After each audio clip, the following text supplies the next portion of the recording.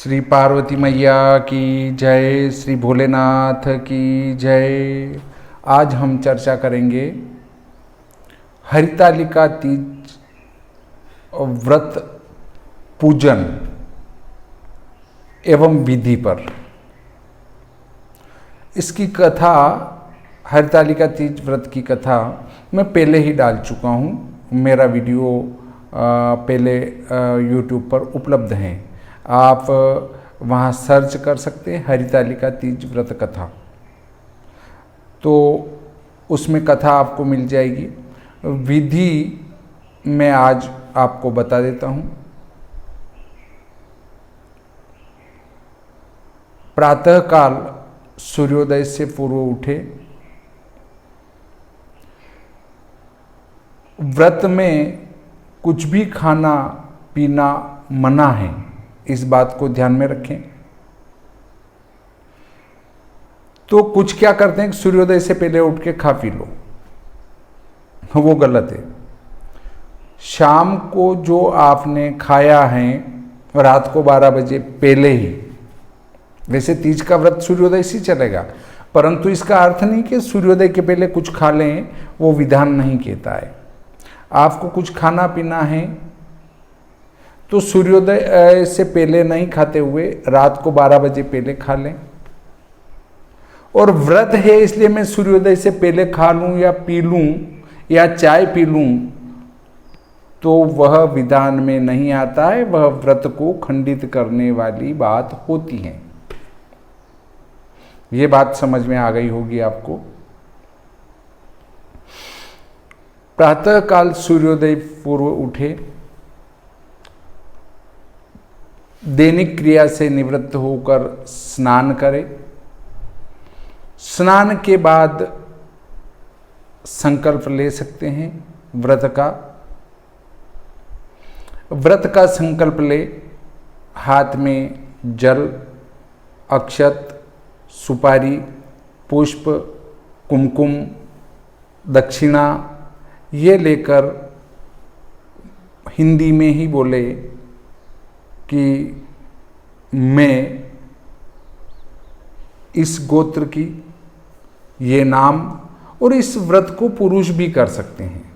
तो मैं इस गोत्र का, ये मेरा नाम, और आज संवत 2000, वैसे गोत्र का स्मरण बाद में आता है, संकल्प लंबा है। ओम विष्णुर्विष्णुर्विष्णु श्रीमद्भगवतो पुराण पुरुषोत्तम में अद्य श्री ब्रह्मोदिति प्रारदे श्री श्वेत वाराहकल्पे विवस्वत उनंत्रे अष्टाविंशतमे कलियुगे कलिप्रथम चरणे जम्बूद्वीपे भारतवर्षे भरतखंडे आर्यावर्तांतर्गते ब्रह्मावर्तिक देशे कुमारिका नाम क्षेत्रे गंगा यमुनोः पश्चिमे तटे नर्मदाया उत्तरे तटे। अर्थात यदि आप गंगा यमुना के दक्षिण में या पश्चिम में रह रहे हैं तो वो स्मरण करें, आप यमुना जी के उत्तर में रह रहे हैं तो वो स्मरण करें, परंतु यमुना जी के दक्षिण में रह रहे हैं तो वो स्मरण करें। उन नदियों के तटे कौन से नगर में रह रहे हैं उस नगर का ध्यान करना है। यहाँ पर संवत्सर का उच्चारण करना है, तो संवत्सर के नाम विभिन्न व्यक्तियों ने अलग अलग बताए हैं। हर पंचांग में संवत का नाम अलग मिलेगा, तो हम यहाँ पर संवत्सर का नाम न लेते हुए, परंतु यदि आपको किसी पर विश्वास है कि यही सही है तो उस संवत्सर का नाम ले। अमुक नामनी संवत्सरे, यहाँ पर जो अयन गोल, इसका भी स्मरण करें। फिर संवत भी बोल सकें तो संवत का ध्यान करें। और भाद्रपद मासे शुक्ल पक्षी और तृतीया तिथो और वार का ध्यान करें। अमुक वासरानितायाम अमुक गोत्रोत्पन्नो, हम अपनी गोत्र का ध्यान करें, इस गोत्र का या इस गोत्र की ये मेरा नाम है, और मैं आज हरितालिका तीज का व्रत अखंड सौभाग्य की प्राप्ति के लिए और घर में लक्ष्मी की वृद्धि के लिए, पुत्र पौत्र आदि के सुख के लिए ये व्रत मैं कर रहा हूँ या कर रही हूँ। सौभाग्य की प्राप्ति के लिए बोलेगी तो वो महिलाएं बोलेगी, पुरुष नहीं बोलेगा। अब ये व्रत मैं आज करूँगा या करूँगी बोलकर संकल्प छोड़ दे। इसके बाद सूर्योदय से लगाकर अगले दिन के सूर्योदय तक मुंह में कुछ भी नहीं जाना चाहिए। अशक्त अवस्था में पानी पी सकते हैं और अशक्त अवस्था हो तो फलाहार ले लें। एक प्रश्न उठता है कि क्या गर्भिणी महिला को कुछ खाना या पीना चाहिए। दूसरा प्रश्न है कि कोई बीमार है, शुगर की शिकायत है तो क्या करें। तो ऐसी महिलाएं या ऐसे पुरुष जिनको शुगर की शिकायत है या कोई ब्लड प्रेशर है या गैस की शिकायत है तो अशक्ता अवस्था में उनको पानी भी पीना चाहिए, परंतु चाय के बिना रह सकते हैं।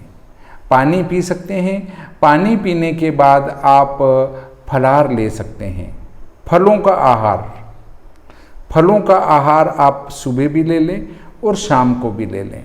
अब गर्भिणी महिला को भी फलाहार लेना चाहिए, अन्यथा वह पाप से युक्त हो जाएगी, उसको एक पाप की प्राप्ति होगी। क्यों होगी? क्योंकि उसके पेट में जो पल रहा बालक हैं वो अबोध हैं, ईश्वर तुल्य हैं, न उसके अंदर छल कपट हैं, कुछ भी नहीं है। ऐसे ईश्वर तुल्य बालक पूरे दिन भूखा रहेगा, पूरे दिन कुछ भी नहीं खाए पिएगा, तो उसका पाप आपको लगेगा एक आत्मा को तड़पाने का। इसलिए गर्भिणी महिला को प्रातः पानी भी पीना चाहिए, दिन में भी पीना चाहिए और शाम को भी पीना चाहिए, और फल का आहार लेना चाहिए, अन्यथा उसको एक अलग प्राणी के भूखे रहने का पाप दोष लगेगा। शास्त्र कहता है कि अशक्त अवस्था में देश काल परिस्थिति का अनुसरण कर हमें अपने धर्म का पालन करना चाहिए। अब ये सब कुछ हो जाता है, आपकी ये समझ में आ गई होगी कि वृद्ध, बालक, गर्भिणी, रोगी, इनके लिए व्रत की सारी शर्तें नहीं लगती हैं, परंतु इनको 2 टाइम फलाहार लेना चाहिए। बालक, वृद्ध, रोगी और गर्भिणी, इनको 2 टाइम फलाहार लेकर अपने व्रत का पालन करना चाहिए। अब आपने व्रत कर लिया और अब शाम के समय आप पूजा के लिए तैयार होते हैं, तो बालू के शिव जी, पार्वती जी, और जब शिव जी पार्वती जी हैं तो उनका पूरा परिवार भी बिठा लिया जाए तो उसमें कोई दोष नहीं है। अर्थात नंदीगण, उनकी सवारी, जहाँ शिव जी वहाँ उनकी सवारी होगी। गणेश जी की पूजा होना ही चाहिए। फिर आप इधर कार्तिकेय जी को क्यों छोड़ें, तो पूरा शिव परिवार बिठा देना चाहिए। वैसे तो शास्त्रों में शिव पार्वती के पूजन का विधान पाया जाता है, फिर भी यदि हम इनको भी बिठा दें तो कोई दोष वाली बात नहीं है। अब देखें कि ये सारे बालू के शिव जी और पार्वती जी और बन गए, इसके बाद उनका ध्यान करना चाहिए। सबसे पहले गणेश जी का आह्वान करें और उनका पूजन करें। इसके बाद कार्तिकेय जी, नंदीगण जी, इनका भी पूजन करें। ये सब हो जाने के बाद शिव जी का पूजन करें। शिव जी का पूजन हो जाने के बाद माता पार्वती का अंगों सहित पूजन करें। अब पूजन कैसे चलेगी? पहले उनके पैर का पूजन करें, पैर के बाद यहाँ का पूजन करें, फिर जंघाओं का पूजन करें, फिर उसके बाद नाभि का पूजन करें, नाभि के बाद पेट का पूजन करें, पेट के बाद स्तन का पूजन करें, स्तन के बाद कंठ का पूजन करें, कंठ के बाद मुंह का पूजन करें, मुंह के बाद नेत्रों का पूजन करें, कर्णों का पूजन करें, ललाट का पूजन करें और सिर का पूजन करें। अब इसमें कोई पूजन ऊपर नीचे भी हो जाती हैं तो उसमें कोई दोष नहीं है, परंतु माँ भगवती के चरणों की तरफ से सिर पर जाने का विधान पाया जाता है। सबका अपने अपने मंत्रों से ध्यान करें। ध्यान करने के बाद अगर आपको ध्यान करना नहीं आता है तो हे गणपति जी महाराज आप पधारिए, हे भोलेनाथ आप पधारिए, हे कार्तिकेय महाराज आप पधारिए, हे नंदीगण आप पधारिए, हे माता पार्वती आप पधारिए। और जब उनको बुलाया है तो फिर उनसे प्रार्थना करें कि आप आसन ग्रहण करें। आसन ग्रहण करने, हम पूजा प्रारंभ करने के पहले क्या तैयारी करें वो भी बताता हूँ। पूजन प्रारंभ करने से पहले 3 बार आचमन ले। ओम माधवाय नमः, ओम केशवाय नमः, ओम नारायणाय नमः, ऐसे बोल के 3 बार आचमन ले।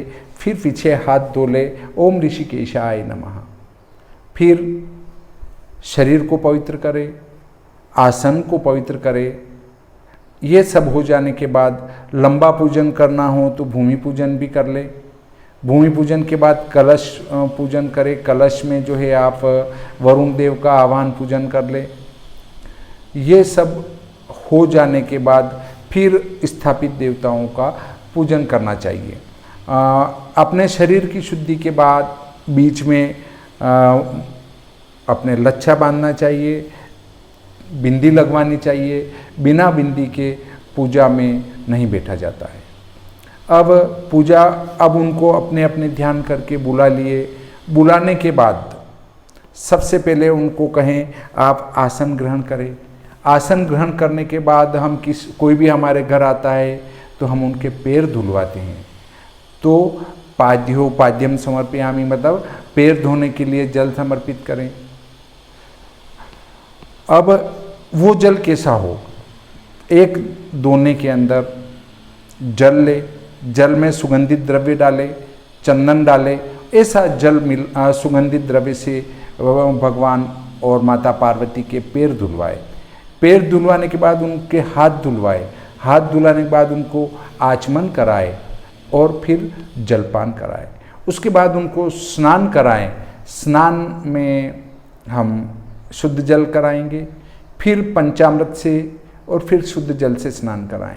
कोई चाहे कि मुझे तो लंबी पूजा करना है तो सबसे पहले पंचामृत के 5 अंगों से स्नान कराएं। पंचामृत में जो दूध, दही, घी, शक्कर, शहद मिलाया जाता है, इनसे अलग अलग स्नान कराएं और प्रत्येक बार में शुद्ध जल से स्नान कराएं। फिर पंचामृत स्नान कराएं, फिर शुद्ध जल का स्नान कराएं। तो 5 पहले शुद्ध जल का, फिर 5 द्रव्यों से स्नान और 5 बार शुद्ध जल का, और फिर पंचामृत से स्नान और फिर शुद्ध जल का, कुल मिलाकर 7 बार शुद्ध जल का स्नान होगा। फिर वस्त्र समर्पित करें। वस्त्र में जो देवता हैं उनके पूरे पूरे वस्त्र चढ़ाने का विधान है। माता पार्वती को भी पूरी ड्रेस चढ़ाने का विधान है, परंतु यदि आप इतना नहीं चढ़ा सकते हैं तो एक लच्छा तोड़कर चढ़ा दें, वो वस्त्र समर्पित हो गया। फिर उनको चंदन की टिक्की लगाएं और चंदन की टिक्की लगाने के बाद अक्षत समर्पित करें। अक्षत के बाद पुष्प चढ़ाएं। पुष्प के बाद अबीर गुलाल चढ़ाएं। अबीर गुलाल के साथ ही सौभाग्य द्रव्य भी चढ़ाएं। सौभाग्य द्रव्याणि समर्पयामि। सौभाग्य द्रव्यों में स्त्रियों के उपयोग के लिए जो वस्तुएं आती हैं वो सारी भेंट चढ़ानी चाहिए। यदि आप शक्ति से संपन्न हैं तो पायजेब, अंगूठी, ये आदि सौभाग्य द्रव्य के अंतर्गत ही आते हैं, ये सब चढ़ाना चाहिए। अब हमने सौभाग्य द्रव्य चढ़ा दिए, इसके बाद इत्र समर्पित करें। इत्र के बाद धूप लगवाएं, अर्थात धूप बत्ती दिखाएं। धूप बत्ती के बाद में आप दीपक प्रज्वलित करें, दीपक का ध्यान करें और दीपक के बाद में आप उनको नैवेद्य चढ़ाएं। नैवेद्य या प्रसाद जो भी हो, प्रसाद चढ़ाने के बाद में आचमन करवाएं। मुख्य अब आचमन हो गया। हम भोजन करने के बाद में सौंफ वगैरह खाते हैं, सुपारी खाते हैं, तो भगवान को भी पान में रखकर लौंग, इलायची, सुपारी, खारक, बादाम, दाख वगैरह जो भी होते हैं वो सब पान में रखकर वहाँ भेंट चढ़ाएं। इसके बाद हमारी शक्ति के अनुसार दक्षिणा समर्पित करें। दक्षिणा समर्पित करने के बाद में आप एक फल चढ़ाएं प्रभु को कि हे प्रभु आप फल ग्रहण करें। नारियल भी चढ़ा सकते हैं, अन्य फल भी चढ़ा सकते हैं। और जो बहुत सारे कहते हैं कि भाई इसमें पत्तियां भी चढ़ाई जाती है, तो वो पत्तियों का काम कब आता है? जब आप बीच में पुष्प चढ़ाते हैं तो पुष्प के साथ ही उनको माता पार्वती को और शिव जी को आप बरसात में जो पौधे हैं उनकी लाई हुई पत्तियां वहाँ समर्पित कर सकते हैं। और अंत में जो भी आप फल लाए हैं, पपीता है या खीरा है, ककड़ी है, कोई भी फल है, केला है, ये सब अंतिम में भेंट होते हैं। नारियल भी अंतिम में भेंट किया जाता है। तो इस प्रकार से जब आपकी वो पूजा संपन्न हो जाती है, पूजा संपन्न होने के बाद आरती की जाती है। तो आरती में ओम जय अम्बे गौरी से भी कर सकते हैं, और भोलेनाथ हैं तो उनकी आरती भी बोली जा सकती है। परंतु यहाँ हमारे व्रत के प्रधान देवता हैं माता पार्वती, तो जय अम्बे गौरी से आप आरती करेंगे तो वो बहुत बढ़िया रहेगा। आरती करने के बाद में पुष्पांजलि समर्पित करें, और पुष्पांजलि समर्पित करने के बाद उनसे अपनी गलतियों के लिए क्षमा प्रार्थना मांगे कि हे माता पार्वती, हे भोलेनाथ, मैं मानव स्वभाव के कारण पूजन में काफ़ी गलती कर चुकी हूँ, तो उस गलती की ओर ध्यान नहीं देते हुए मुझे माफ़ करें। और अभी आप रात भर यहीं विराजे, आज मैं जागरण करूँगी। तो जो महिला व्रत कर रही है वो रात भर जागरण करे, और रात भर जागरण करके सुबह उनको फिर विसर्जन करें। और विसर्जन करते समय ये नहीं बोलें कि सभी पधारें। गणेश जी चले गए तो रिद्धि सिद्धि भी उनके साथ चली जाएगी। तो माता रिद्धि सिद्धि से और गणपति जी से प्रार्थना करें कि आप घर पर ही विराजें, बाकी आवाहित देवता अपने अपने धाम पधारें। प्रातःकाल उनका विसर्जन करके अच्छे जल में उनको प्रवाहित कर दें। और कथा करने वाले विप्र देवता को, पंडित जी को उचित दक्षिणा देकर उनका सम्मान करें, उनका दिल न दुखाएं। भगवान कहते हैं गरुड़ पुराण में कि हे गरुड़, विप्र के, ब्राह्मण के, आचार्य के प्रसन्न होने से मैं प्रसन्न हो जाता हूँ। ब्राह्मण पृथ्वी के देवता हैं, भूमि के देवता हैं। यदि आपकी कथा में ब्राह्मण नाराज होकर जा रहा है या पंडित जी नाराज होकर जा रहे हैं तो आपकी वो कथा सफल नहीं होगी। अतः अपनी शक्ति के अनुसार अच्छी दक्षिणा देकर ब्राह्मण को, विप्र देवता को, आचार्य जी को संतुष्ट करना चाहिए।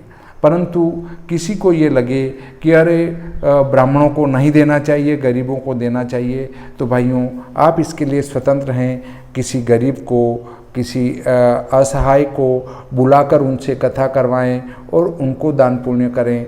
मैं ये नहीं कह रहा हूँ कि हमें ही या ब्राह्मणों को ही दान पुण्य करें। इस प्रकार आज मैंने आपको ये हरितालिका तीज व्रत कथा की पूरी विधि श्रवण कराई हैं। यदि आपको पसंद आई हों तो मेरे वीडियो को लाइक करें, अर्थात पसंद करें, ये वाला अंगूठा दबाएं वीडियो देखते हुए। यदि आपको मेरा वीडियो पसंद नहीं आया हो तो उसको नापसंद करें, ये वाला अंगूठा दबाएं। और दूसरी बात है कि और ज़्यादा पसंद आया हो तो वो शेयर का बटन रहता है, अपने मित्रों को भी इस वीडियो को भेजें। और आप निरंतर मेरे से जुड़े रहना चाहते हैं तो ये जो वीडियो चल रहा है इसके नीचे ही सब्सक्राइब लिखा हुआ आता है लाल कलर से, तो उस बटन को दबाएं, वो सब्सक्राइब हो जाएगा तो मेरे नए नए वीडियो आपको समय समय पर प्राप्त होते रहेंगे। मैं श्री भादव माता पंचांगकर्ता ज्योतिषाचार्य पंडित भागीरथ जोशी निम्मत से विश्व सायन लग्न सारणी, विश्व दिनमान सारणी, विशोपका नयनम, भविष्य फल मार्तंड आदि पुस्तकों का लेखक। श्री अम्बे मात की जय, श्री पार्वती मैया की जय, भोलेनाथ की जय।